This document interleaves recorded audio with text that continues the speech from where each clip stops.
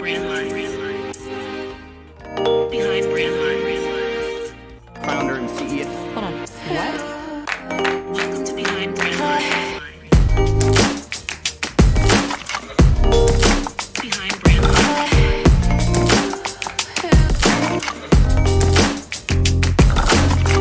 Behind brand lines. All right, we're back here with Behind Brand Lines. It's been a minute since we did an episode like this, but January markets got to us. We got super busy, and Chancey's actually at a market right now, and so I'm going to be recording solo today. But I owe you guys a lot of information, and I'm so excited to share with you guys some of the research I've been doing and some of the things I've been doing, because if you listen to this episode in its entirety, you should be well set for 2025. Now, of course, we always have random things that happen and whatnot. So, there's always going to be, just be ready for any changes that can come about. But otherwise, it's always good to have plan A, plan B, all the plans down to Z in case you need to navigate some uncertain waters. So with that being said, let's get started. All right, so here are 5 projections to consider if you're a boutique owner for 2025. And this is based on cultural and economic and socio-political trends that we're seeing. And so we kind of did some research and everything to really back up some of these theories. But really, these are just 5 ideas that we think are going to be prevalent in 2025. Number 1, there's going to be a little uncertainty with the economic times. We saw some of the slowdown last year, and this is just going to continue into 2025. This really has, in our belief, doesn't have anything to do with the president in office. It's just a trend. So if you look at the last 3 decades of economic downturns, it's always happened every 10 to 15 years. So in 2008, we had one. We're actually due for one. So people projected in 2023, we were going to see another recession. It got prolonged. We think a lot of the stimulus money that came in from COVID and everything kind of prolonged that. But credit card debt is at an all-time high, and we think that this year is going to be no different. So with decreased consumer spending and the U.S. being a consumer economy, we think people are going to be still shopping, just looking for more value pieces. So a lot of the luxury brands did take a hit last year, and we think that that's going to kind of continue. So as a boutique, you should maybe consider getting those value add pieces, buying more closeouts, things like that from your suppliers that you can then pass on the savings to your customers. So when it comes to picking the pieces, try to consider some versatility in the pieces. Show how one outfit can be or one top can be styled so many different ways.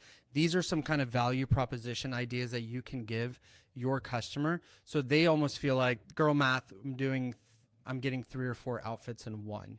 And really, that's what it comes down to when people are value shopping. They want to justify the purchase. When people have tons of money, they're just buying, right? But what we think is going to happen is people are going to really think about their purchases a little bit more this year. So with there is a potential number 2. So we think there's going to be a rise in graphic tees this year. So with polarizing times, people like to speak their mind. And that's why in election years, graphic tees always sell well. Well, with everything else happening still, we still think that people will be wearing pieces that speak their opinions. And graphic tees is a great vehicle for that, for self-expression in people. And so another reason we think graphic tees will be more sought out and more available to boutiques is because of the looming tariffs that could potentially happen with international trade that's happening between China. Look, there's no secret in this industry. There's a lot of product that's brought to the U.S. from China, and should Donald Trump deliver on that promise of 100% tariff, that will be seen throughout all the fashion tops, all the really non-graphics that a lot of people do carry in their stores. You'll see the prices rise on that. So the good thing about a lot of the graphics is a lot of the blank inventory is already here. And so, and not only that, a lot of those blanks are produced in Central America, in LA, in different places. And so what screen printers, people like us, will do is we're going to buy local to be able to offer a American-made graphic tee option. So this will be a good way for you as a boutique to be able to not only socially carry things that are more on trend or speak a certain opinion or lifestyle about the person wearing it, and but also you'll be able to offer something that is American made, that didn't get the same tariffs tacked onto it. So I still think it's going to take a while for American made manufacturing clothing to come back. In fact, I think before it even comes back, the tariffs will go away. So personally, we think the tariffs are going to be a bargaining chip for a lot of the other tensions going on. So whether it's putting TikTok back on the table, having U.S. control 50% of it, like that's one of the suggestions. So the tariffs will be used to bargain for a greater deal. Unfortunately, that does mean boutiques will probably pay a higher price when it comes to the fashion pieces. But there's a long game in all of this, and so it's a minor inconvenience for now. And so what we can just do is be ready with other pieces, other categories of product. Number 3, so experience-based shopping is always on a rise. And what we are seeing is Gen Z is not only still shopping online, because they do a lot of online shopping, but they are also looking for an experience. They want to go brag about some cool experience they had, and they're taking their moms or they're taking their older siblings or millennials or whatever other generation with them to have them experience the same thing. So if something goes viral on TikTok for a really cool shopping experience, people want to go, and they want to go in large drawers to this experience. So what you can do as a boutique, especially if you're a brick and mortar, is offer that experience. Think about, and it doesn't have to be expensive, right? But it could just be, and really, I mean, I'm just spitballing here, but wine nights or getting a local band to play and things like that. You could even get a local restaurant to do a pop-up with or at your boutique, so you can collab in some ways or whatnot. So I think experience-based shopping is going to be really in. If you do have some more dollars to spend, really think about the Instagrammable stories, moments that people can post on their social platforms. People want to look interesting, right? So if they are going to a place and they got to experience something that they know other people have not, they're going to take a picture, post it, and really brag about what they got to experience. And what they will do is tag your location and be able to send people to you. So that's always exciting. And really, you can manufacture that effect. So if you are doing this thing of Instagrammable moments or a special event or whatnot at your boutique, invite your local influencers. You could always do hashtag, let's say it's Huntsville, Alabama, hashtag Huntsville influencer, and see who's posting in that area. Ask them to come by, give them a $50 gift card to your boutique, and have them post about what's going on or an event coming up, so they can maybe repost a story or a event flyer or something like that for you. So those little things can go a long way, and it doesn't really take much away from. Number 4. So this is an interesting one because we've been very vocal about Shein and Temu. What's really interesting is Shein and Temu are making a huge push to get American brands to sell on their platform. So they are trying to become an Amazon or a Walmart marketplace. They, in fact, came to our booth in Dallas, Temu did, and asked us to join their platform. And of course, we laughed, we scoffed, and we said, no, thank you. Because you may win in the short term, but you're really handing all your ideas and all your data over to these Goliaths. So what we're abstaining, but here's the real prediction.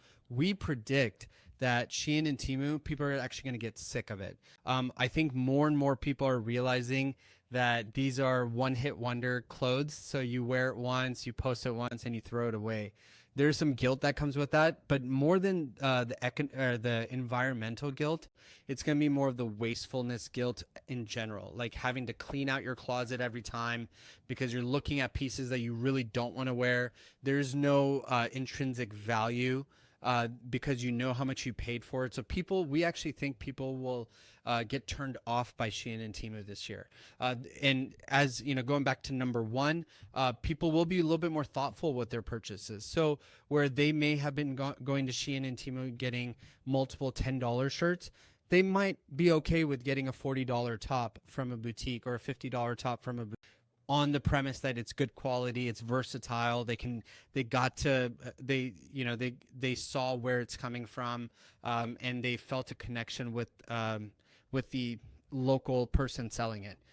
So we think that's going to be a pretty exciting shift. And number 5, and this is not a very exciting one, but it has to be said. I think we're going to see wholesale brands start to become a little picky about who they work with when it comes to live selling. So live selling has been an amazing phenomenon. A lot of brands like ourselves have loved it, but so have other boutiques, because boutiques who have built a community for their live selling efforts are able to sell product without taking much risk on, right? So they get the samples, show it to their community, close the numbers after a couple days, push that pre-order to the brand, and the brand ships them the customers are used to now in these situations. The end user customer, they're used to waiting a little bit for these pre-order ones. So but what I think is going to happen is brands are starting to hurt. They are starting to realize that this is holding up a lot of inventory. They are saying no to a lot of other people that are ready to buy this product. So brands will become a little bit more selective on who they work with when it comes to live boxes. So what can boutiques do? Boutiques continue to give your best foot forward with brands. This is me just speaking generally. I don't, we have our ways to continue to thrive and grow our brand, but we're seeing, as I talk to my friends in the industry, this is becoming more and more common that brands kind of at a loss. They don't know where else to or how else to really control this. So we're already seeing a little bit of that. We've also gone to more of an invite-only model when it comes to live takeovers, but I think that's going to become more prevalent. So really, if you do want to be invited to these brands, continue to work on your community. Build that community, really have it thrive, so brands like us want to work with you, and we'll do whatever we can to try to sell to your consumers. So with that being said, those are the 5 predictions I have for 2025 when it comes to boutiques and brands. We hope you enjoyed it. We really need to get more regular with these podcasts because we love doing it. We love seeing the feedback. There was actually a person at Market in Dallas said that, when are you guys going to post another episode? Because I would listen to all of them. So that extra wood in the fire for us to really get back to it. So we have some really exciting episodes we're going to be recording over the next couple weeks. Chancey and I are going to be putting those out very soon. So thank you guys for joining us, and we'll see you on the next one.